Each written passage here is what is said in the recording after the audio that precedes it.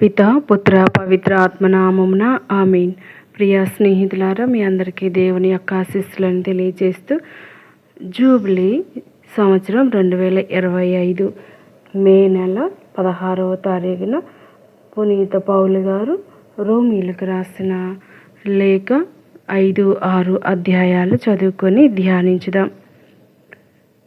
5వ అధ్యాయం, దేవుని అంగీకారం. కనుక విశ్వాసం వలన మనము ఇప్పుడు నీతిమంతులుగా చేయబడుటచే మన ప్రభువగు యేసుక్రీస్తు ద్వారా దేవునితో సమాధానపడితిమి.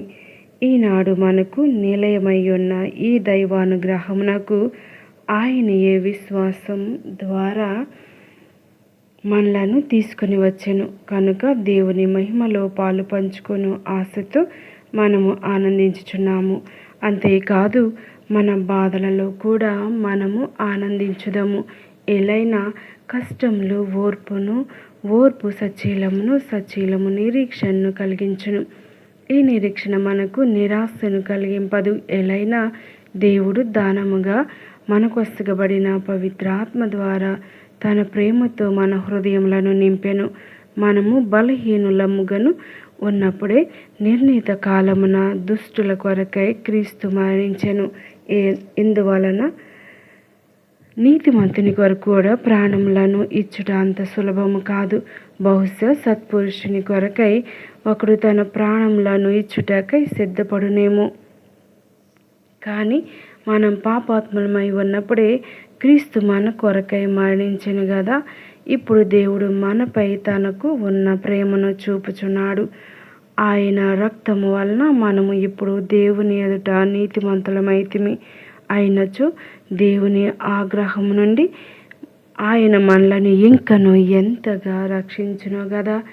గతమున మనము దేవునకు శత్రువులము, కానీ ఆయన కుమారుని మరణం ద్వారా మనలను ఆయన తన మిత్రులుగా మార్చుకొనెను. మనం ఇప్పుడు దేవుని పుత్రులము కనుక ఆయన జీవముచే మరి ఎంతగానో రక్షింపబడగలము గదా. అంతేకాదు, మనలను ఇప్పుడు దేవుని మిత్రులను చేసిన మన ప్రభువగు యేసుక్రీస్తు ద్వారా దేవుని యందు ఆనందింతుము. ఆదాము క్రీస్తు. కనుక ఒక మనుషుని ద్వారా పాపము ఈ లోకమున ప్రవేశించెను. పాపము ద్వారా మరణము వచ్చెను. దాని ఫలితముగా మానవ జాతి అంతటికి మరణము ప్రాప్తించెను. ఏలైనా మానవులందరూ పాపము కట్టుకొనిరి. ధర్మశాస్త్రము వసగబడక పూర్వమే ఈ లోకమున పాపము ఉండెను. కానీ ధర్మశాస్త్రము లేకపోవటచే అది పాపముగా పరిగణింపబడలేదు. కానీ ఆదాము కాలము నుండి మోషే కాలం వరకును మరణము మానవులందరినీ పాలించెను. ఆదాము చేసిన అతిక్రమం వల్ల అతని వలె పాపము చేయని వారిపై సహితము మృత్యువు తన ప్రభావమును చూపెను. రానున్న వారికి ఆదాము ఒక చిహ్నమాయెను. కానీ దేవుని కృపావరము ఆదాము పాపం వంటిది కాదు. ఆ ఒక్క మానవుని పాపముచే చాలామంది మరణించిరనుట నిజమే. కానీ దేవుని అనుగ్రహము అత్యధికము. యేసుక్రీస్తు అను ఒక మానవుని అనుగ్రహించుట ద్వారా దేవుడు తన కృపావరమును ఎంతో మందికి వసగెను. కానీ దేవుని కృపావరము ఆ ఒక్క మానవుని పాప ఫలితం వంటిది కాదు. ఆ ఒక్క పాపమునకై చెప్పబడిన తీర్పు దండనము తెచ్చినది. కానీ ఎన్నో పాపముల మీద కృపావరము దేవుని నీతిని తెచ్చినది.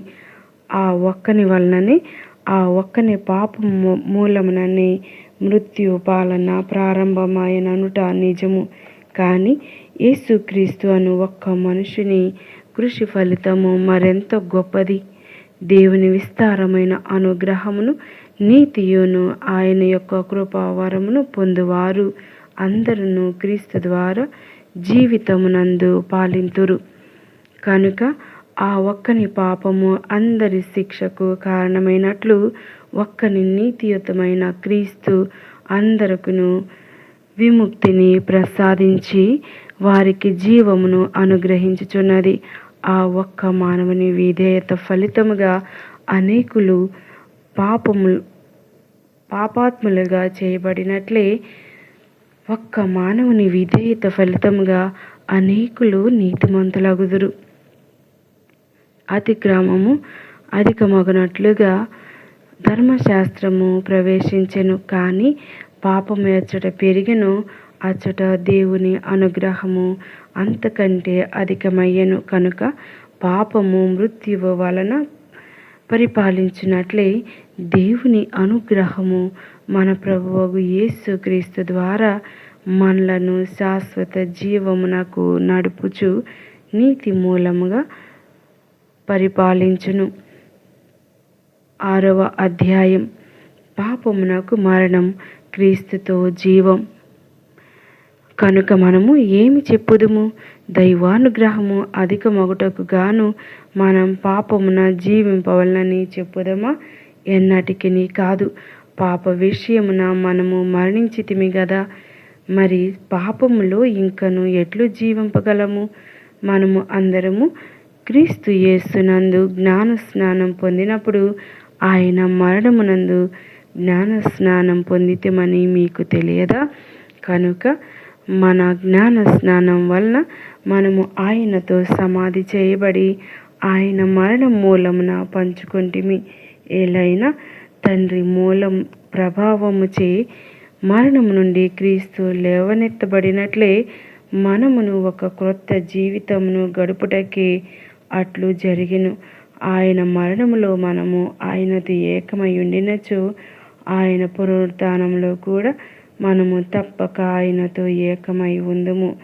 పాపపు శరీరము నశించి మనము ఇక పాపమునకు బానిసలు కాకుండానట్లు మన పాత స్వభావము ఆయనతో సిలువపై చంపబడినది అని మనకు తెలియను. ఏలైనా మరణించునవాడు పాపము నుండి విముక్తుడాయెను.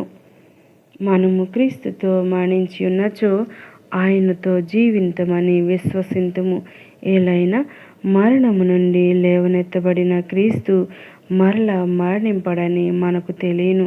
మృత్యువునకు ఆయనపై ఇక ఎట్టి ఆధిపత్యమును లేదు. ఆయన మరణం పాపమునకు శాశ్వతమగు మరణం. ఇప్పటి ఆయన జీవితం దేవుని కొరకైన జీవితం. మీరును మీ విషయమున అట్లే పాపమునకు మరణించితిమనియు క్రీస్తు యేసుతో ఏకమై దేవుని కొరకై జీవించితిమనియు తలంపవలెను. కనుక శారీరక వాంఛలకు లొంగునట్లుగా మీ భౌతిక శరీరమందు పాపము ఇంక ఎంత మాత్రమును పాలన చేయరాదు. దౌష్ట్యమునకు సాధనములుగా మీ శరీరములందు ఏ అవయవములను పాపమునకు అర్పింపకుడు. అంతేకాక మృత్యువు నుండి జీవమునకు కొని రాబడిన వారుగా మీరు దేవునకు అర్పించుకొనుడు. మీ శరీరముల యందలి అవయవములను నీతికి సాధనములుగా ఆయనకు సమర్పించుకొనుడు. ఏలైనా దేవుని అనుగ్రహమునకే గాని ధర్మశాస్త్రమునకు మీరిక లోబడి ఉండనందున పాపము మిమ్ము ఇక పరిపాలింపదు. నీతికి బానిసలు అయినచోనేమి, ధర్మశాస్త్రమునకు కాక దేవుని అనుగ్రహమునకు లోనైన వారం అగుటచే పాపము చేయదమా? ఎన్నటికిని కాదు. ఏలైనా మీరు ఒక యజమానికి సేవకులై విధేయతతో అతనికి లోబడినప్పుడు నిజముగానే ఆ యజమానునికి మీరు దాసులు.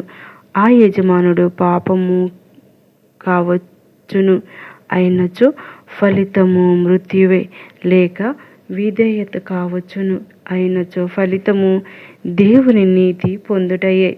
ఇక ఇది మీకు తెలియదా?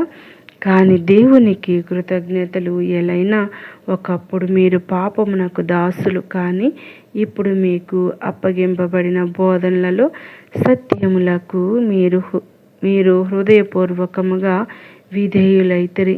మీరు పాపముల నుండి విముక్తులై నీతికి దాసులైతిరి. సహజంగా మీరు బలహీనులగుటచే నేను మానవ రీతిగా మాట్లాడుచున్నాను. ఒకప్పుడు మీరు దుష్కార్యములను చేయుటచే అపవిత్రతకును దౌష్ట్యమునకును మీ అవయవములను అప్పగించితిరి. అదే విధంగా ఈనాడు మీరు మీ అవయవములను దాసులుగా నీతికి అప్పగించి పవిత్రులు కావలెను. మీరు పాపమునకు దాసులై ఉన్నప్పుడు నీతి విషయమున విచ్చలవిడిగా ఉంటిరి.